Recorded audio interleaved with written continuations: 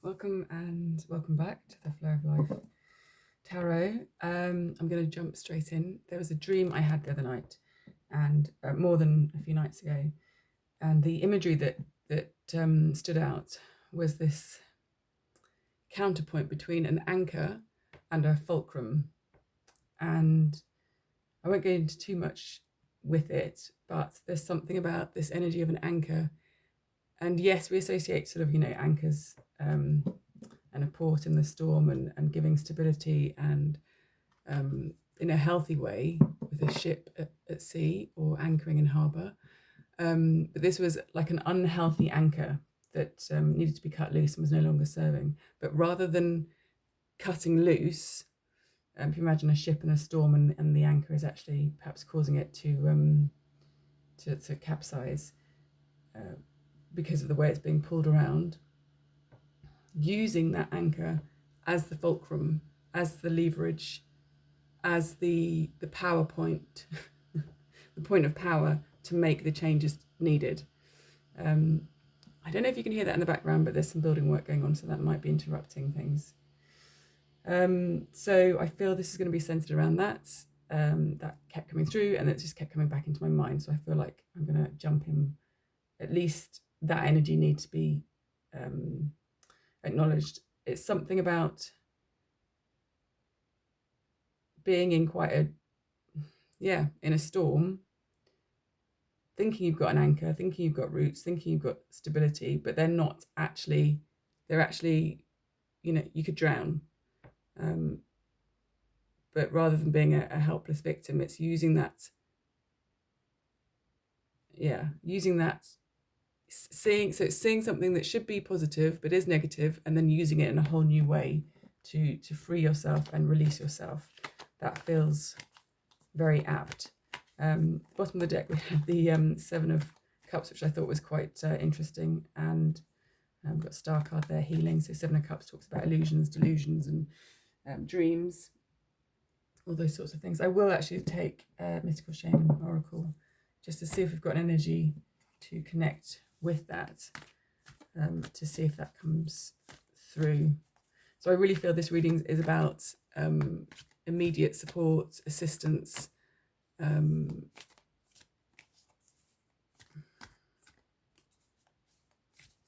bringing light where it's needed. Okay, Luminous Warrior. Well, that's oh look, even the light is catching. Okay, yeah, Luminous Warrior. So that's a masculine energy, divine sacred masculine. Obviously the yang masculine energy is all about taking action. 5, 3 and 2 is 5 is all about change, divine change. I feel this is divinely inspired change, and you can see like the look on the face there. He means business. This is no nonsense. I'm also seeing like these here as wings that have burnt away previously, but then I'm also seeing butterflies as if they're also growing back. So something that's been burnt away that was no longer needed, but is also now rejuvenating. So that cycle, birth, death, rebirth, that sort of Plutonic, Scorpionic energy. And again, I'm seeing that sort of Pluto represented here. Weirdly, I'm seeing like it's Pluto in the past and then Pluto now close up supporting you, and that there's a change in the energy of Pluto and how you work with the energy of Pluto. It's again worth looking at your astrology chart, your natal chart, to see where Pluto sits. And we do have Pluto, where's it transiting? It's entered Aquarius, which is why we're in this age of Aquarius. It took a while. It was at the late degrees of Capricorn for the longest time, especially around 2020. There was that conjunction, and it won't be moving back into Capricorn, I think. I'd double check that, but it's now in these early degrees of Aquarius, fully. Don't quote me on that. And that's what the whole age of Aquarius is all about. And of course, it hasn't been in Aquarius for nearly, I don't know, 200 years or longer, or around, it's been a while. So Pluto energy, masculine yang energy, 5 changes. And these also, I'm getting a little bit of Uranus energy with these wings, which is that inspired, sort of out of the blue curveball, left field kind of action. But also with this Pluto energy, I feel like this is sustained change. This is deep, slow moving change as well. And you've got the solar disc highlighting his head. So it's lit up, the solar disc on his third eye, and the solar disc sort of, well, that's sacral area and solar plexus, sort of around the belly button, which there is the navel chakra as well. Yeah, so lots of very interesting energies already moving out around with that. Just gonna, yeah, let's keep that there. So as always, these are for your highest good and greatest well-being. Take what resonates, leave the rest. Thanks for being here. Thanks for bringing your energy. Do feel free to like, comment, share, subscribe. That all makes a difference. It means more people can get to see these videos and sort of hang out with these energies. Oh, and these vibes. Okay, what just fell to the floor was the moon and Six of Cups, and that was face down. Interestingly, this could be to do with relationships. That wasn't what I was getting, but it could be to do with perhaps relationships that have been a bit shady. I'm not necessarily thinking, these aren't necessarily romantic. I'm feeling more like karmic in the sense that they're the relationships that challenge and are difficult, even with that's past life connections, and not again in this sort of romantic sense, but you know, you've played out a certain dynamic and a role with someone in your past life, and then now, you know, it's your turn and you're in a different role, and you may have done that for many lifetimes. You know, that's what I'm seeing here now, is that you've been taking your turns playing different roles for each other, or you know, a bunch of people. It's not just one person. You know, one person playing the good guy, one person playing the bad guy. I can't get my words out. There's so much coming through that this is what starts to happen. And yeah, obviously the Six of Cups is associated with nostalgia and past good happy memories or childhood stuff, but I also take that as sort of like an emotional reciprocity. So there's something at a soul level work, but it's now being illuminated in a different way. We're coming up to eclipse season. We've just had not long ago the new moon 0 degrees Virgo. We're coming up for the Pisces full moon, and then we'll have another new moon in Virgo after that at 29 degrees, which is a very potent time. And we're kicking off with eclipse season as well. I did do some interesting videos and readings around the last eclipse season. I'm not sure if that I ever even put them up, to be honest. They were I'd have to have a look, but I have referred to them again recently. There was something about, so when we enter a eclipse portal, you know, it's that 2-week window between we'll have a lunar eclipse and then a solar eclipse. Once we enter that portal, there's a lot that's going on, but what was coming up in various readings was that, okay, you've got that portal, and then 6 months later we've got another eclipse season. So it wasn't just those two portals, it was in between those two portals. You know, and with this moon card, we do see the sun and the moon held here. So this is about illumination and all the gunk and the fears and all the stuff and the nitty gritty. I feel like this is wrapping up a season or a soul lesson, soul growth. This is wrapping up something. I wasn't going to keep these cards, but actually this is quite a lot of grit and gristle of it. This is definitely wrapping something up at a soul level, and you're going to be feeling it in your life and seeing big changes in your life. Yeah, you may have been sort of in this stuck energy. Isn't that interesting? They've come out together. Obviously, the Hanged Man is associated with Pisces and Neptune. Neptune, much like Pluto and all the other slow-moving planets, have been doing massive transits in recent years. And again, there's a lot more awareness about these things because of that, and as well as that. Oh, I think I'm going to sneeze. Oh, hang on a sec. Oh no, it's gone. It might come back. So we associate Hanged Man with, yes, sort of, you could say being on a pause or being stuck or just hanging out. But also, you know, he's quite happy. He's not, he's pretty chilled out there. And he's got this sun illuminating him. So because he's in this different position, he's seeing the whole world in a whole new perspective, right? That's the thing, this new perspective, new clarity, new insights. And again, I'm seeing this solar disc behind his head there, which is affirming this sort of yang awareness, this solar lit up energy. So Pisces, Neptune energies. This is more the sort of stuck in the head card with the Two of Swords that's associated with it. I'm not sure how well you can see these cards, so I've just set things up at a funny angle, but I just wanted to get on with this. I always take this as sort of like an initiatory type of energy. It's like it's a little, whether it's a test or kind of a little bit of pressure. Can we navigate this? There's emotion behind it, but the water is calm. But I just see a little choppy. You know, when you get those little waves, so that there's perhaps a little bit of surface movement. And it's not an ocean; it's a sea. Okay, like the Mediterranean Sea or something with islands dotted around. Now her arms are locked across her heart. Her heart is guarded. The card that comes after this is the Three of Swords, and the swords are all in the heart. Here, she is sort of weaponizing her thoughts to guard her heart. Her thoughts are guarding her heart. But it's also locked, okay? A bit like that analogy I was saying with the anchor that should be helpful and useful. And, you know, but with a raging storm, it's no longer providing the protection. So now there's, there was being shown this, that actually it's a fulcrum. It can be used as this leverage, this point of power, to do it differently, to make changes or to break free from that stuck old anchor. And I was seeing the Five of Pentacles as well. And if that comes up, I'll go into that more. So yes, going inwards, that initiatory energy that I get with this is a bit like a precursor for the High Priestess or Justice card, in the sense that there's this inward, you know, she's wearing this white, which in some cultures represents death. Interestingly, she's got yellow shoes, so she's still connected with this, with the solar kind of chakra and the ego energy, but the eyes are covered with the white as well, the purity. So this is, yes, stuck thinking, stuck thinking, but knowing why is you kind of protecting your heart, protecting your emotions.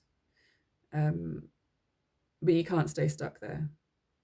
But by being blindfolded, that is reducing external stimulus so that you are really inward focused. So that's what I mean about initiatory. So I think about things like the Hermit and other things where you go inwards. This doesn't necessarily speak about that, but that's the sort of sense that I get with this. And what was this that came out as well? King of Cups, yeah. So in terms of emotions, it is like this whole oceanic depths and sea. Think about Neptune is all the waters, you know, the whole, just think of, we know more about parts of our immediate solar system than we do about the moon. I mean, about our oceans. So the oceans are sort of like an alien planet to us. So yes, the King of Cups has this full capacity to flow with all emotions, but he isn't overwhelmed by them. So sort of the way that she's handling her thoughts, although they're sort of locked in place right now and a bit stuck, she's sort of learning that balance of how she's using her thoughts, but in a way that's healthy to protect her heart, and to also open and expand her heart and be able to flow with great emotions. But this card does lead to the Three of Swords, which is all the swords in the heart. So it just shows you how the wrong thinking can actually then injure and inflict pain on the heart, which is counterproductive. You know, like air can be very dismissive of water. Air, intellect can be very dismissive of water emotions, which we know, right? Whether it's internally and externally, we know that. But it's interesting that this is coming up. It's sort of like the Neptune energy is coming through again, making itself known. And of course, we have the Neptune energy with the Moon card here. So we've definitely, you know, this theme, this energy is important. Yeah, and there's again still grief. Anyone that's embarked on any sort of self-development work, shadow work, in a small way or a whole lifetime dedicated to this kind of work, whichever way, you will at some point come across grief. And actually, I'm just noticing that there's red, and let's see, that's interesting. So I'm noticing this red here and seeing it as spilt blood. 2 cups have red, 1 cup has water. So I'm seeing like this 2 strands of DNA, or this could be sort of to do with parental, you know, that saying blood is thicker than water. That's not a complete quote. Something about, yeah, so there's bloodshed, but I'm seeing this to do with family and family lineage on both sides of the family. So perhaps immediately your parents, or something about the DNA from your family and the blood, and your blood type perhaps as well. Something spilt, lost, wasted, and unnecessarily so. It didn't need to be like that, but it has been so. And it's that point of not being in denial, being clear about the truth, but also being clear about the pain. And this water being spilled, that's sort of like there's several things here. Again, this sense of water and emotions coming back, and this anchor and this fulcrum. But also I'm thinking about the amniotic fluids. So that is again affirming like the parent and the child dynamic, and the DNA through, you know, throughout generations back, that's been carried through in your bloodline. But at some point he has to turn around, pick up these cups, and walk away from what should never have been, but is. These cups weren't intended to be spilt, but they are. And he has to walk across this bridge of quite deep emotion there. That's quite a big river. That's not like a little stream. Look how big that bridge is. It's got at least 3 arches. That's big. You know, to build a big stone bridge like that, that means that this river rages, and also sometimes its levels go up and down. There's again a lot of emotion. So you still have a lot of emotional bridges to cross, but first you have to honor what's lost. It's not about being in denial. He's seeing it clearly. He's sort of wrapped up in this black cloak of grief or death. You have to acknowledge that, and then at some point it's going to pick up the cups. And this is a white bridge, and this, you know, the village and the town and the city in the background is sort of this white purity. That is the direction to go. So at some point that movement has to be made. Yeah, I'm just seeing, so these are all at the bottom of the deck, and then I'm seeing, so yes, you will make that. You are going to turn around and pick up those 2 cups and move onwards and cross that bridge, even though it may feel like more work, but you're going towards nourishment. Okay, and I'm seeing that is success. Isn't that interesting? Yeah, so I'm seeing this story unfold here. I'm not sure really how well you can see all this. I'll just see if I'll rearrange a sec. Okay, I've just moved around the light a bit.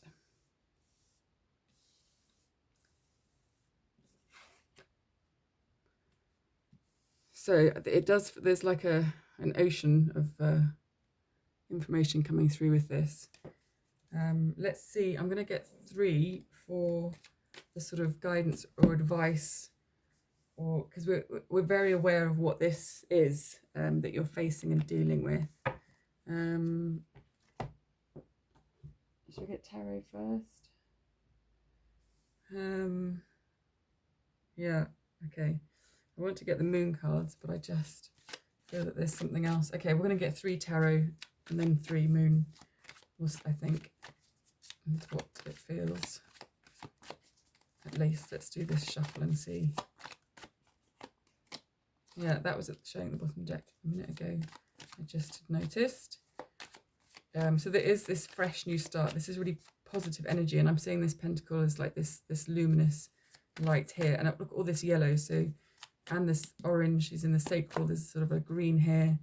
There's a real healthy embracement from the solar plexus, aligning with all the chakras. Let's have a look. Okay, yeah, devil energy, shadow work, because you're moving into love. So this is sort of like inner union with self. Okay, devil energy. It's always about these cutting the ties that bind. And really, I feel that's about that grief card. It's that final letting go. And these don't have to be just, there's this real thing of people just cutting people off and cutting people out. And yes, that's absolutely necessary in certain situations, or going no contact, absolutely. And perhaps that's something that's even more necessary when there's painful family dynamics. But at some point, or not at some point, that's a choice, and that's fine. People, if that's how people want to do it, that's how they do it. And everyone's situation is so completely different, and life and relationships and everything is, yes, on the one hand it can be quite simple, but also it can be very layered and very, very complex. And sometimes people do need to just cut ties, walk away, to get their peace and make their peace and focus on themselves. The value won't be gained from doing that unless you do go and then work on yourself. Just cutting ties and then just walking off and then, whatever. And then repeating those kind of energies, but with different people, even if it's sort of slightly less painful because it's not the kind of blood ties of family, or it's not, or just avoiding people altogether so that you don't get into these things. It's not really about the people, at a certain level, they're just the players in your world and in your life. Shakespeare very well, very, articulated that perfectly. Life is just a stage and we are merely players. And again, it's like that karmic thing where we come in and we play different roles for other people. That's not to deny other people's actions and to kind of dismiss the responsibility that they have for how they behave and act and how you are in relation to one another.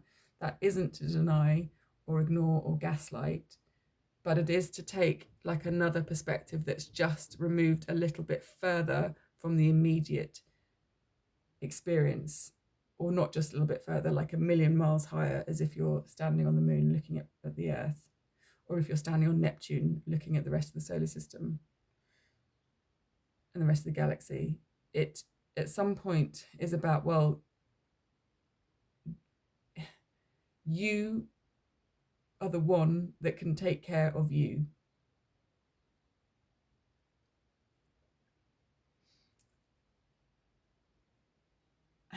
And you can do these internal processes. We have this strong masculine here that's affirming that you are perfectly capable, no matter how much it doesn't feel like it. So that isn't to deny the emotions, okay? We don't stuff them up and stick them in a box and pretend they're not there.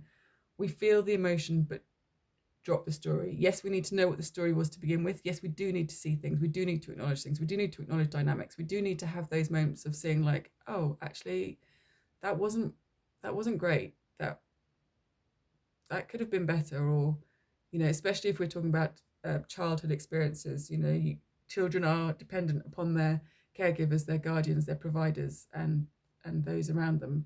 But the way humanity is, it's kind of been quite messy for quite some time. So you're at some point, and when you grow up and become an adult, you do realize that your guardians and caretakers had experienced their own childhoods with their own lack of nourishment or care or whatever it was, and then they were taking, and those were taking care of other people that didn't have that. So there is value in seeing like the bigger picture, only not to excuse people, not to gaslight yourself, not to allow it to continue, to only to enable you to help release the chains to those energies.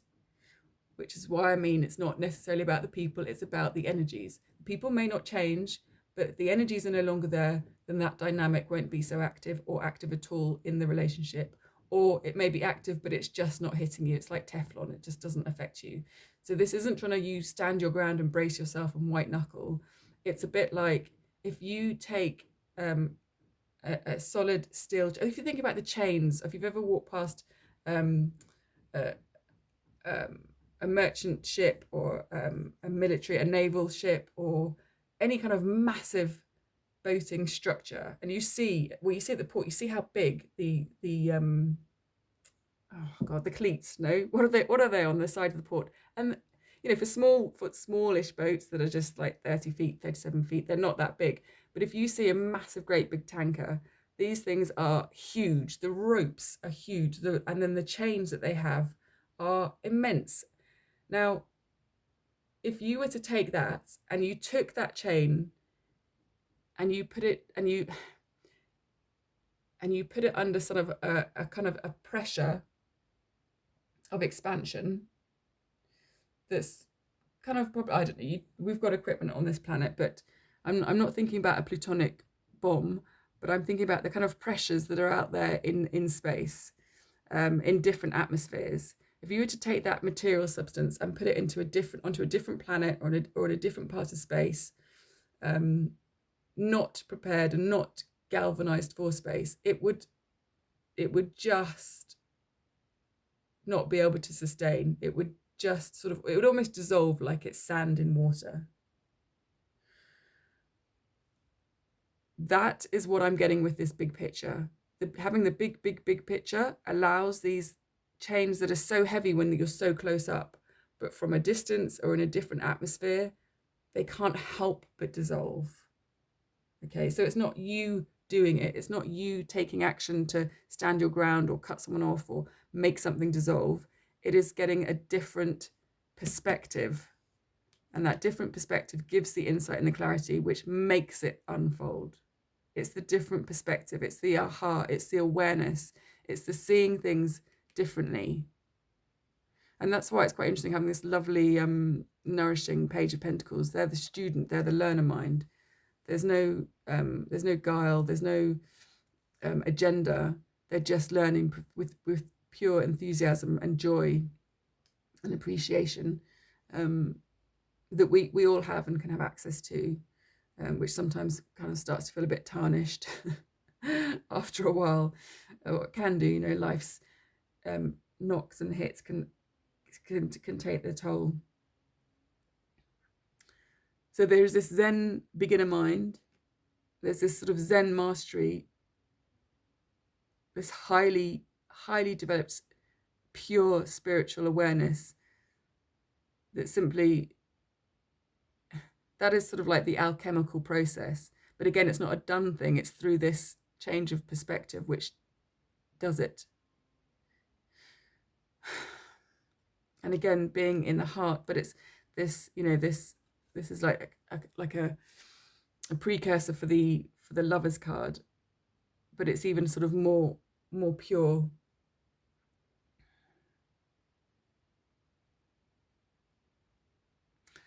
There's a healing with this. I'm seeing this as that the symbol that is often used in medical.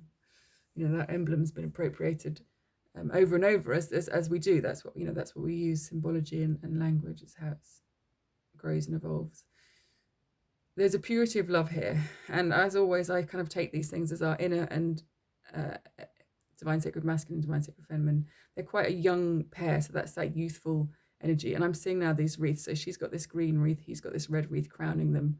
So their crown chakras and their third eye are guided by their whole chakra system as well. They're fully aligned and connected to source. And they're doing it together. And again, I'm seeing that DNA that I was seeing with the 5 of cups, which I didn't keep the card, with the 3 cups spilt and the 2 cups of blood. I'm seeing this as healing of the DNA, healing of the bloodlines, healing of those generational traumas, wounds, bonds, toxicities, healing at a profoundly powerful level. It's that quote, I think it's Einstein, that says you can't resolve or fix a problem at the level that it's created. You have to, so you can't, you know, something's broken at this level, you can't fix it at this level. That's where it's at. You have to take a higher perspective and come at the problem from a different angle, which is invariably also a higher angle. You know, it's that thinking out of the box solution. It's that aha understanding. And again, it's like that anchor that has become a danger, especially in a storm, and is more likely to drag the boat under in this violent storm whereas you see it as actually now, rather than it being just sort of, you know, the boat being tossed around and the anchor just not, you know, really not supporting, suddenly seeing that as that fulcrum power point that actually can really, it's like lift that the whole ship into a whole different dimension.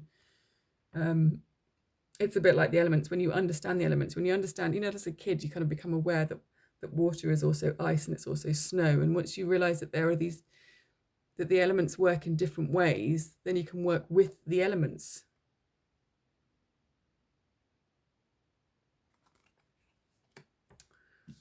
Oh yeah, these I picked up, I put down a minute ages ago, and it was for the devil card. Yeah, okay. So this is very interesting energy. Obviously, this Seven of Swords is associated with sabotage and getting away with it and trickery and you know, sneaky, effy behavior. And the Hierophant is that higher commitment, higher learning or marriage or committing to something. You know, the spirits here are taking sermon and lectures. They're learning from the Hierophant, which is from God, which is source. So these are, all these messages are always multi-layered. They always are. Whether or not I express all those different layers, my trust is that comes through anyway, even if it doesn't always get explicitly said, is that you will connect with the energies and the layers that you need to. So on the one hand, this is sort of just simply affirming, yes, this is a huge spiritual lesson for you, that your soul has chosen. As a commitment to your soul growth and your soul path, like the luminous warrior.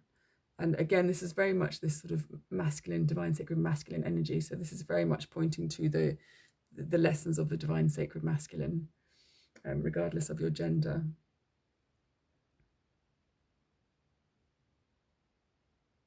Huge spiritual lessons chosen before incarnating. I think the value of knowing that our soul makes these choices and there is a higher guidance and there is a higher wisdom and a higher grace to everything. I think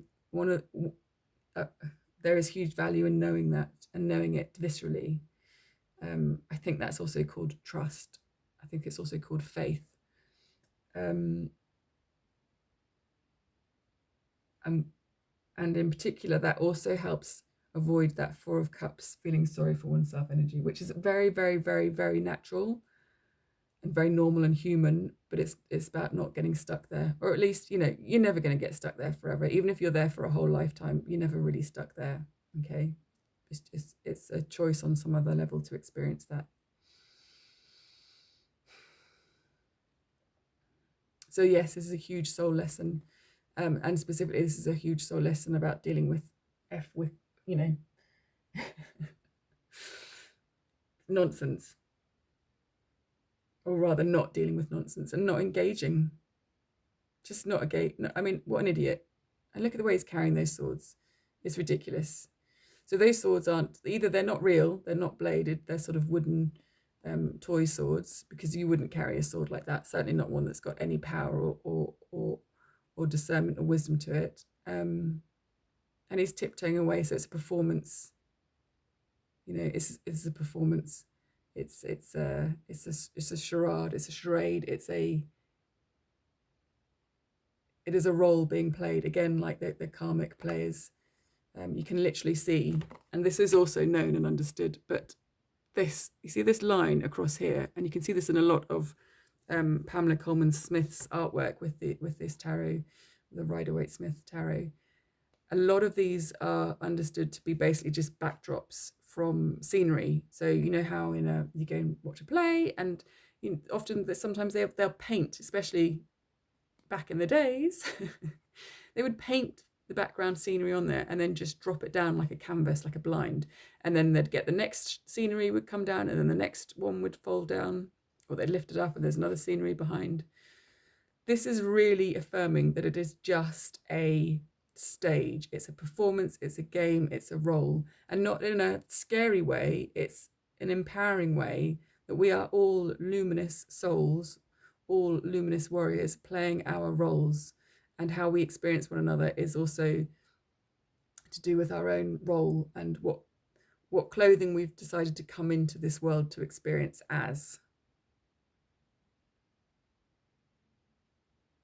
So yes, that's kind of like effing around energy, but it is also a soul playing that role on purpose for you to have the experience of what it feels like to not take any nonsense from that.